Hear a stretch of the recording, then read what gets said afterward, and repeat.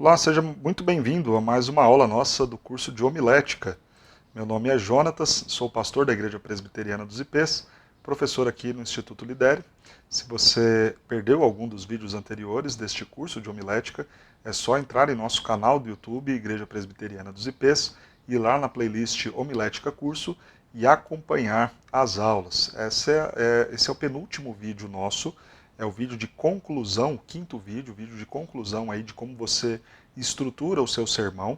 Eu vou fazer um vídeo, que vai ser aí sim o último deste curso, né, um bônus, mostrando para vocês na prática como que a gente então faz um sermão. Né? Então, vou pegar um sermão meu, organizado da forma como estou apresentando para vocês, vou apresentar para vocês a ideia aí de um esboço de um sermão e como na prática eu cheguei na conclusão do trabalho pronto para entregar para vocês. Então, vocês terão isso num último vídeo, mas este então é o nosso penúltimo vídeo do curso, falando aqui sobre a questão de como organizamos o nosso sermão. Vamos falar hoje sobre aplicação, a conclusão e aplicação cristocêntrica. Então vamos lá, aplicação para os nossos dias. Comecei o meu sermão com um tema, uma proposição, fiz a minha introdução curta, objetiva, onde eu anunciei os assuntos do texto, onde eu despertei a atenção do meu público, apresentei e expliquei o meu texto por meio das minhas divisões e subdivisões, e agora eu vou aplicar isso para a minha igreja, né, para os meus ouvintes. Irmãos, então, diante daquilo que nós ouvimos do nosso texto, o que nós aprendemos com os ensinos aqui deste trecho da Escritura, né? Este é o ponto que o estudo bíblico vira de fato um sermão. Tudo que você passou, talvez, até aqui, foi o conteúdo do texto, uma explicação bíblica do texto, muito proveitosa para a edificação da igreja, mas você ainda não fez, até esse ponto, uma conexão entre os ensinos daqueles pontos, daquelas divisões, com a vida dos irmãos. Claro, há uma possibilidade de você fazer essas aplicações divisão por divisão. Isso é uma possibilidade muito interessante, por sinal, uma vez que você já vai relacionando aquilo com a vida prática, com o dia a dia das pessoas. Né? Existem textos muito práticos, né? Quando você chega, por exemplo, nas cartas paulinas, livro de Efésios, livro de Filipenses, de Colossenses, há muitas questões práticas sendo abordadas ali, de forma que dá para você tranquilamente, a cada divisão, já mostrar para a igreja o que nós aprendemos com aquele trecho. Alguns textos doutrinários também das cartas são bem complexos. É importante nós primeiro explicarmos toda a questão teológica doutrinária que está sendo tratada ali, esclarecer possíveis dúvidas, para depois que as pessoas já compreenderam e dominaram aquele conteúdo doutrinário importante, nós olharmos e falarmos. Vamos lá então aos ensinamentos, aos aprendizados que tiramos aqui com este texto. Aprender com o texto é fundamental, essa questão então nossa de trazermos as aplicações é fundamental, né? Senão não é um sermão, é só um estudo bíblico. Né? A aplicação para os nossos dias pode ser feita ponto a ponto ou antes da conclusão. A aplicação é mostrar como o ouvinte usa no seu dia a dia aquilo que acabou de aprender com você. Então, você explicou muito bem o texto e vai torná-lo prático na vida dos crentes. Eu sei que talvez a grande dificuldade não seja aplicar um texto, né? A gente geralmente lê o texto e já sai falando, irmãos, a gente tem que fazer isso, tem que fazer isso, tem que fazer isso, tem que fazer isso, etc. e tal. E às vezes pecamos por não explicar o texto. Eu diria que trazer aplicações no sermão não é o difícil. O difícil é trazer a aplicação certa e expor corretamente o texto. Então, saber o que efetivamente aquele texto está dizendo e o que nós devemos fazer, que aquele texto nos dá amparo para dizer. Senão a gente sai dizendo um monte de coisa que a pessoa tem que fazer que não necessariamente são verdades daquele texto. Né? E como eu vou saber, pastor, se de fato eu estou aplicando em acordo, em concordância com o texto? No livro Pregação Cristocêntrica, esse daqui, do Bryan Chapell, ele fala de uma questão chamada FCD, foco da condição decaída, da condição caída do homem. Né? O que é esse foco da condição decaída do homem? O Bryan Chapell ele vai defender que qualquer texto da Escritura está abordando uma questão pecaminosa nossa. Então, quando você lê qualquer texto na Escritura, há ali a exposição, a confrontação com a realidade de pecado do homem. Alguns exemplos que eu sei que são difíceis de nós acreditarmos que isso é uma verdade, o que eu estou afirmando, né? Você pega um texto, por exemplo, que é uma doxologia, né? Uma plena adoração do Senhor. Aí você fala, não, pastor, não tem foco da condição decaída. Tem, porque quando nós lemos a beleza daquilo que Deus é, a sua perfeição, a sua santidade, a sua justiça, e comparamos com a nossa realidade, então aí a gente acaba de encontrar o foco da condição decaída. Né? Deus é tudo isso que o texto nos diz. E o foco da condição decaída é o fato de eu ser completamente oposto a ele em todas essas coisas que o texto acabou de me mostrar. Mas é simples, irmãos. Todas as vezes que nós lermos um texto da Escritura, haverá ali pecados nossos sendo apresentados. Este é o foco da condição decaída. Liste quais são os pecados, as dificuldades que nós, seres humanos, temos que estão sendo tratadas ali naquele texto. Definir o foco da condição decaída vai nos ajudar então a trazer a aplicação, que é o que eu devo fazer, como eu trato este pecado, como eu trato e mudo a minha vida em relação a este pecado que o texto está me apresentando e, consequentemente, me confrontando. Seja realista, você está diante de pecadores.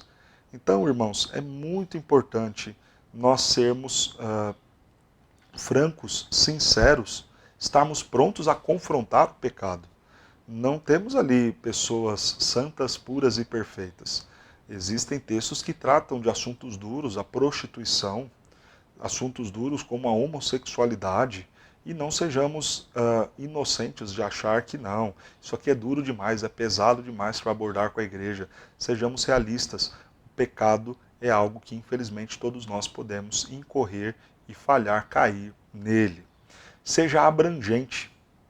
E qual que é a ideia de ser abrangente?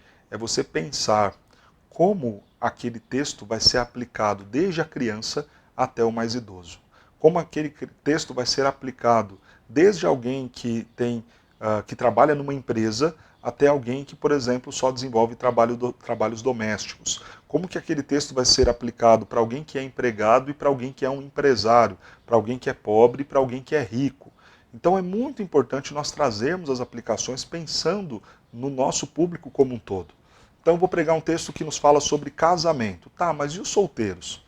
Será então que aquele momento em que foi pregado um texto que fala para os casais casados, os solteiros então não tinham aplicações para eles ali, Deus não tinha preocupações em orientá-los ali? Claro que tem. Eu fiz, por exemplo, a exposição de Efésios 5, 25 em diante, falando do papel da esposa dentro do casamento, do papel do marido, e uma aplicação, no momento de trazer as aplicações que eu trouxe aos solteiros, foi: veja se a sua namorada, o seu namorado, ou a pessoa com quem você pretende namorar, contempla estas características que estão sendo ditas aqui no texto. Se não, discipule, acompanhe, leia, estude a Bíblia junto e cresçam vocês juntos antes do casamento para conseguirem chegar lá no casamento e viverem como bom marido e boa mulher, boa esposa. Então, tente ser abrangente, tente pensar. Puxa, um adolescente que está me ouvindo agora, que talvez não tenha filhos, que talvez nem esteja pensando em casamento, como ele vai aplicar isso na vida dele? Aquele irmão, aquela irmã mais velho, que talvez não tenha mais nem condições de vir à igreja, e aí de repente eu estou pregando um sermão, falando: você tem que trabalhar, você tem que servir, você tem que vir à igreja em todos os cultos. Tá, mas e aquelas pessoas mais velhas, como que elas aplicam esse texto na vida delas, uma vez que elas já não têm mais esta condição, este vigor físico? Como fazer, como agradar a Deus e trazer proveito para a sua vida diante daquele texto que está sendo pregado? Liste, né, as suas aplicações, isso é muito importante. Né?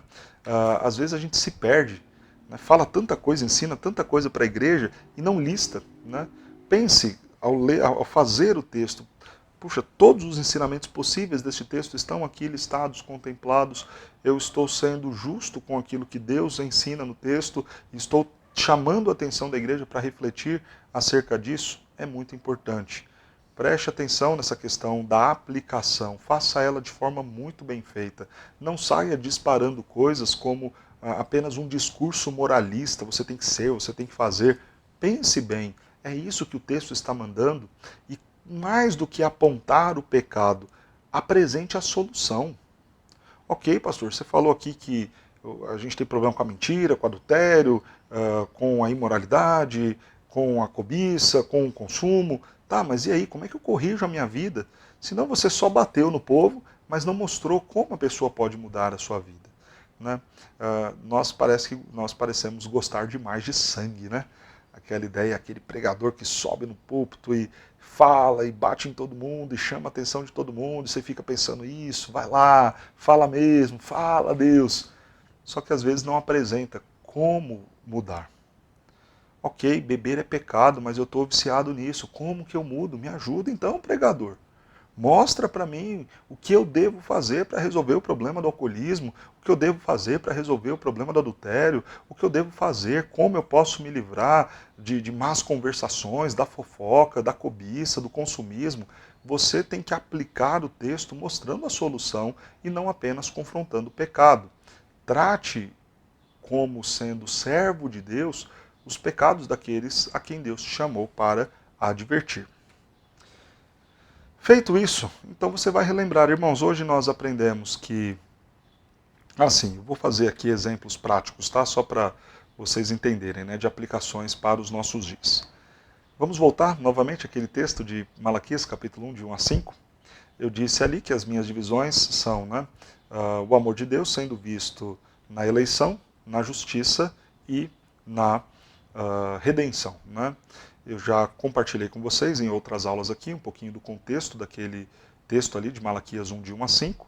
A nação de Israel retornando do cativeiro babilônico, a terra arrasada, ainda sob a liderança de ímpios, pagãos, as casas destruídas, o templo com certeza não era tão lindo e tão belo quanto o de Salomão, as obras todas elas paradas, a fome, a terra seca, 70 anos sem ser trabalhada, não tinha a mesma produtividade do passado, e o povo começa a reclamar, começa a pensar, Deus se esqueceu de nós, Deus não nos ama mais, Deus não tem mais amor, cuidado, zelo pelo seu povo.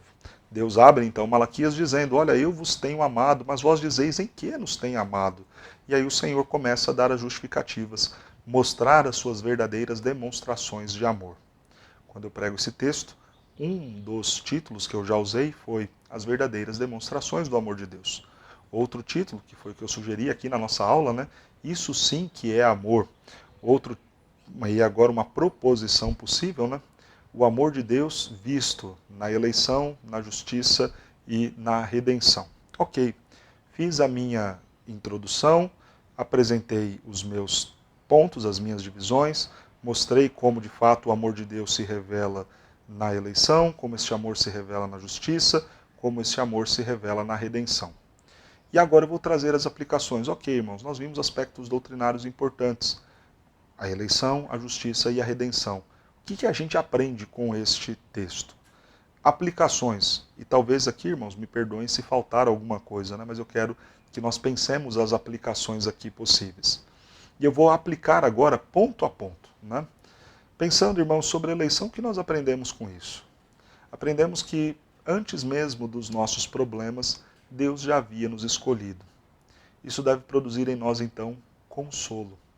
Você que está chorando, você que está sofrendo, que está angustiado, que talvez tenha pensado que Deus se esqueceu de você, saiba que Ele planejou a sua vida e te escolheu para a salvação antes mesmo até que esses problemas do qual você passa viessem a acontecer.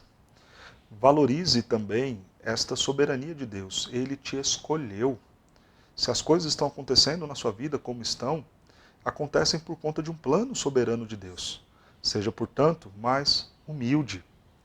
Saiba que este Deus que tudo fez, sabe todas as coisas, tem planos para você, tem autoridade sobre a sua vida.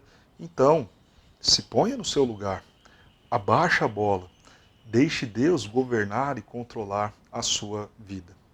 Pensemos agora na justiça de Deus.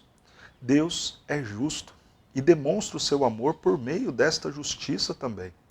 Talvez você tenha, então, uma situação de impunidade, uma situação em que você foi injustiçado.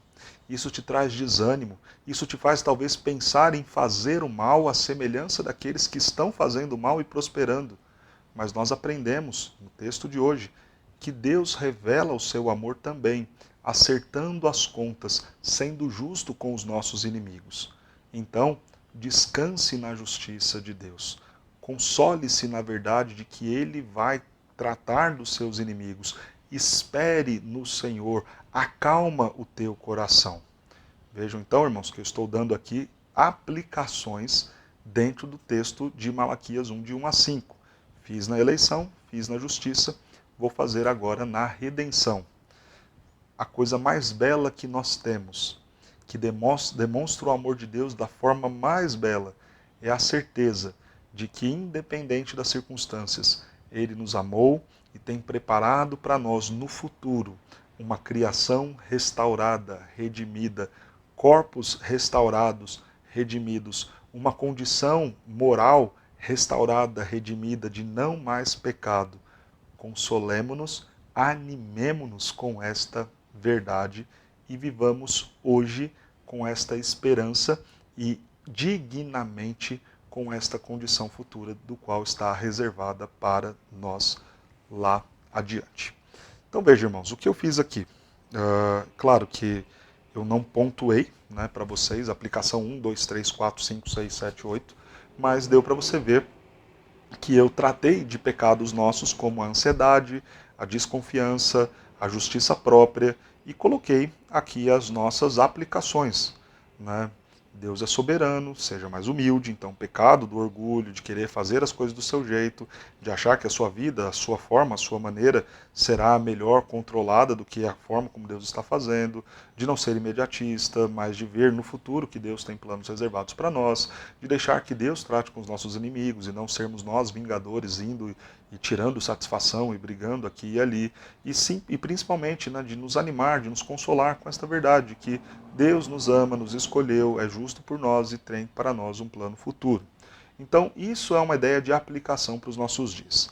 Assim que você termina a aplicação para os nossos dias, aí você vai concluir o seu sermão. Então, irmãos, nós vimos hoje, no nosso sermão, que o amor de Deus pode ser visto na eleição, na justiça e na redenção. Nós aprendemos que devemos ser mais humildes e confiar na soberania de Deus, aprendemos que devemos confiar e descansar na justiça do Senhor, ter grande esperança, alegria e expectativa naquilo que ainda está por vir, na redenção de todas as coisas. Então, você concluiu agora o seu sermão, né? Vai concluir? Conclua. Uma conclusão deve ser muito, muito breve. Tem gente que fala concluindo e aí vai mais 10 minutos, aí fala ainda concluindo e mais 50 minutos, e quando vai ver não acaba esse sermão de jeito nenhum. Nada de conteúdo novo, ilustrações, textos bíblicos, citações, tudo isso já deve ter sido exposto nas suas divisões. Não cabe aqui agora, na hora que você está concluindo, encher de coisas novas e novos assuntos. Você vai concluir, então conclua. Nada de novos argumentos. Você já argumentou, você já falou, já trouxe tudo durante a exposição, então nada de novos argumentos, né? Após relembrar o FCD, faça imediatamente a ponte entre para a aplicação cristocêntrica. Atenção aqui é uma transição importantíssima. Eu acabei de dizer, né, irmãos, nós aprendemos no conteúdo de hoje, no sermão de hoje, que o amor de Deus pode ser visto na justiça, pode ser visto na eleição, na justiça e na redenção. Irmão, só fazer isso já basta, isso já é conclusão, já é suficiente. Aprendemos diante desses três ensinamentos, dessas três verdades, que devemos ser mais humildes, descansar na justiça de Deus e crer, confiar, ser consolado pela realidade de que no futuro Deus redimirá todas as coisas. Mas, irmãos, por vezes, infelizmente, nós caímos neste pecado da ansiedade, neste pecado de resolver tudo do nosso jeito, de ir para cima e fazer, neste pecado de não confiar no Senhor, de não ter alegria, mas de ficar o tempo todo murmurando a semelhança da nação de Israel. E precisamos nos lembrar que Deus, então, tem um plano para nós que passa pela pessoa de Cristo. E que é em Cristo que nós temos a verdadeira tratativa para o nosso pecado. Nós podemos falar de consolo, podemos falar de esperança, podemos falar de justiça, de eleição, porque Cristo Jesus na cruz do Calvário morreu em nosso lugar. Porque Cristo Jesus na cruz recebeu sobre si a justiça de Deus, a ira de Deus, pagou o preço do pecado que era para eu e você ter pago. Porque o plano de Deus, desde antes da fundação do mundo, passa por Cristo morrer por mim e por você, e por Ele resolver esse problema que era meu e seu. Nós podemos falar de esperança futura, porque Cristo Jesus garantiu já na cruz para nós a esperança de que não mais viveremos em pecado, a esperança de que seremos aceitos pelo Pai nos méritos de Cristo para vivermos eternamente com Ele. porque na ressurreição de Cristo temos a certeza de que veremos a glória do porvir, a glória que haverá de ser manifestada no dia da volta do Senhor Jesus Cristo. Fiz aqui uma aplicação cristocêntrica dentro do texto de Malaquias, capítulo 1, versos de 1 a 5. Este é o ponto mais alto do sermão. Você vai apresentar Cristo Jesus. Esse é o momento que você vai desafiar as pessoas a entregarem as suas vidas ao Senhor Jesus. Não é fazer apelo, não é chamar ninguém lá na frente. Isso não é necessário. Né? As pessoas serão convencidas pelo Espírito Santo. Cumpre a nós apenas desafiarmos elas a pensarem nisso. Né? Irmãos, olha, vejam o que nós aprendemos. Vejam o que Cristo fez por nós. Isto faz sentido para você? Sim. Então entregue a sua vida para o Senhor, pare de murmurar, pare de querer fazer justiça com suas próprias mãos e viva para a glória de Deus diante daquilo que Cristo fez por você. Na aplicação para os nossos dias, você será duro, será realista, vai expor o foco da condição decaída, o pecado. Por isso agora é obrigatório você apresentar a solução para o problema, que é Cristo Jesus. É fundamental ter a aplicação cristocêntrica. Só bater, bater, bater e não apresentar a graça de Deus revelada na pessoa de Cristo não adianta. Só expor o pecado da pessoa e a pessoa sair dali preocupada, desesperada, pensando agora eu vou para o inferno porque eu não vou conseguir fazer nada disso que o pregador falou, não adianta. Você precisa mostrar para ela, olha, há solução para o seu pecado sim, a solução desse pecado é Cristo Jesus. Essa é a ideia de aplicação cristocêntrica que sempre deve estar presente no seu sermão.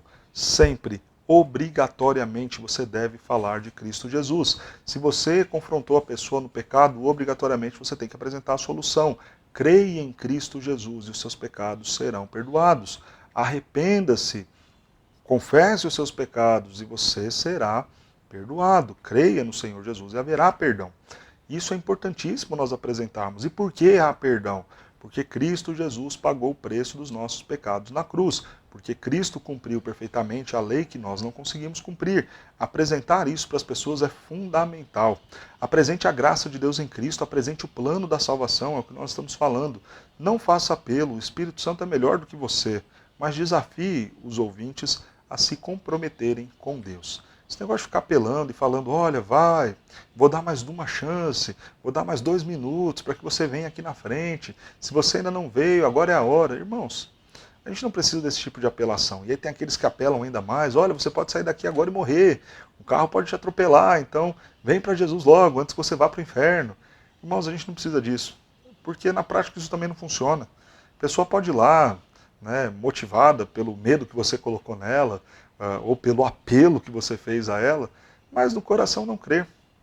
Eu confesso e costumo dizer que às vezes os apelos são muito mais para vaidade do coração do pregador. Aquele pregador que quer terminar o seu sermão e ver 30, 40, 100 pessoas lá na frente, ajoelhadas ou com a mão erguida, falando eu creio, eu quero, etc. e tal. Porque, irmãos, convenhamos, não adianta a pessoa erguer a mão, não adianta a pessoa ir lá na frente, não adianta a pessoa chorar. Se não houver mudança no coração, não adiantou absolutamente nada. Por isso não vale a pena a ideia de apelo. Desafie os crentes? Sim. Apresente Cristo Jesus? Sim. Desafios à mudança? Sim. Desafios a procurar uma igreja, se comprometer com ela para conhecer mais de Cristo, para agradar mais ao Senhor, para que elas creiam de fato e de verdade em um Cristo que elas conhecem porque vieram à igreja, participaram talvez de um curso de catecúmenos, participam da escola bíblica dominical, receberam instrução sobre Cristo, sobre a sua fé e agora conseguem viver uma vida que agrada a Deus. Ok, desafios a tudo isto. Mas entendo que a obra de conversão quem faz é o Espírito Santo. Né? E cuidado com a vaidade. Às vezes nosso coração vaidoso vai querer 30, 40 pessoas, uma foto bonita, com a nossa mão estendida, orando por aquele tanto de gente, para você colocar lá embaixo, né? Noite abençoada, 100 pessoas se renderam a Cristo. Primeiro, isso é verdade? Muitas vezes não. Segundo, isso é para a glória de Deus ou é para encher o seu ego e falar, tá vendo? Hoje eu produzi. Cuidado com isso, né? Tenha zelo em relação a essa questão. Deixe o Espírito Santo fazer a obra de convencimento que ele próprio tem que fazer. E tranquilize-se nessa realidade. Né? O Espírito Santo convence, converte corações. Então, não pesa sobre nós a responsabilidade da conversão, pesa sobre nós a responsabilidade da exposição genuína da palavra de Deus, da proclamação do Evangelho. Pregue na igreja, pregue nas ruas, pregue nas casas, pregue nas escolas, vá de porta em porta, fale da palavra de Deus, pregue a palavra de Deus. Mas o resultado quem dará é o Senhor. Tá certo, irmãos? Que Deus nos abençoe. Assim, vou falar um pouquinho aqui dessa parte toda nossa, quase que um resumo nosso, né, do que nós vimos aqui. Falei sobre todas as partes do sermão, então nós temos aqui um quadro nos fazendo lembrar novamente daquela ilustração que eu usei, né, como a mesa posta sendo um bom sermão, né, um prato muito bem feito, nos dando a garantia de que apresentamos um bom sermão. Né. Veja, o que são as fontes nossas aqui? Os ingredientes na prateleira, desconexos, é uma base, né, é o pontapé inicial para uma boa comida. Deve ser bem selecionado, conhecido, é importante ter bastante. São os panoramas bíblicos, mapas, livros sobre cultura, os comentários, as teologias sistemáticas e até mesmo vídeos e áudios sobre o assunto que você vai pregar, sobre o texto que você vai pregar. Tudo isso, irmãos, são ingredientes. A fonte de onde nós vamos fazer a nossa pesquisa. A gente vai buscar nesses lugares, né? Quanto mais ingrediente você tiver, melhor. Quanto mais livro, mais assunto, mais comentários, mais mapas, mais conteúdos, mais sites visitados. Quanto mais você tiver, melhor. São muitos ingredientes para que você vá buscar para fazer um bom prato, dar bom alimento. O que vai ser exegese? Exegese é como uma grande panela, onde muita coisa vai caber dentro dela. Tudo ainda meio que separado, né? Nem tudo vai no prato, mas já está cozido, está preparado. Pode não usar naquele prato, né? Mas talvez para um outro, né? B ou C, aquela pesquisa pode ser muito boa. Então, exegese é a sua pesquisa. Você tem aquele monte de coisas na sua prateleira, você vai agora buscar aquilo que você quer usar, é a exegese, vai colocar dentro da panela tudo isso, que é a preparação, que é a pesquisa, que é o trabalho de catalogar as informações que você tem, e agora você vai separar efetivamente o que você vai usar. O prato feito, bonito e pronto para entregar. Algumas coisas ali foram criadas por você, outras copiadas de alguém, mas que foram testadas antes, e outras que já vieram prontas. Essa é a realidade de um prato que a gente come, né? Quando a gente come, nós temos tudo isso. Algumas coisas do prato do nosso arroz e feijão do dia a dia foram criadas por nós. A gente mesmo vai lá, faz, prepara, antecipa. Outras a gente copia, é o jeito que minha mãe faz e eu aprendi e quero fazer também. Outras a gente comprou pronta, né, e só colocou ali no prato para acompanhar. Pegou uma batatinha palha comprada, pronta, abriu o pacote, despejou ali na comida e ficou tudo lindo, tudo pronto. Mas o importante é que você juntou isso da forma correta e que, obviamente, para aquilo que foi copiado ou para aquilo que já veio pronto, que você cite isso, né? Que você fale a fonte e, obviamente, seja honesto em relação a isso. O sermão é esse prato feito, irmãos. Tudo bonito, tudo no lugar. Nem tudo deve estar no sermão. Nem toda pesquisa deve estar no sermão. Imagina, né? Como é que você vai comer, talvez, aí um feijão em cima da salada, né? O feijão quente, fervendo, que é muito gostoso, saboroso. A salada, que também é muito gostosa, saborosa, verdinha. Só que você joga um em cima do outro e um vai estragar o outro completamente. Veja, por isso que você organiza. Por isso que você separa pontos, divisões, subdivisões, deixa para o último momento as aplicações, a conclusão, apresenta Cristo, tudo em ordem, tudo muito bem feito. Muita coisa tem por trás daquele prato que você serviu, mas a pessoa vai se lembrar de como ele veio de forma última ali, muito gostoso para ela degustar. Essa é a ideia do que é o sermão. O sermão é este prato pronto, bem feito, bem preparado, bem organizado, onde a pessoa vai poder se deliciar com ele. Que Deus te abençoe grandemente, que Ele te use para preparar bons sermões para a glória dEle e que esse material tenha te ajudado nesse sentido. A gente sabe que foram muitos assuntos tratados em pouco tempo, é um curso introdutório, mas se você deseja se aprofundar mais, mande-nos mensagem, nos procure, tire suas dúvidas, vamos juntos crescer no serviço ao nosso Deus. Que Deus te abençoe.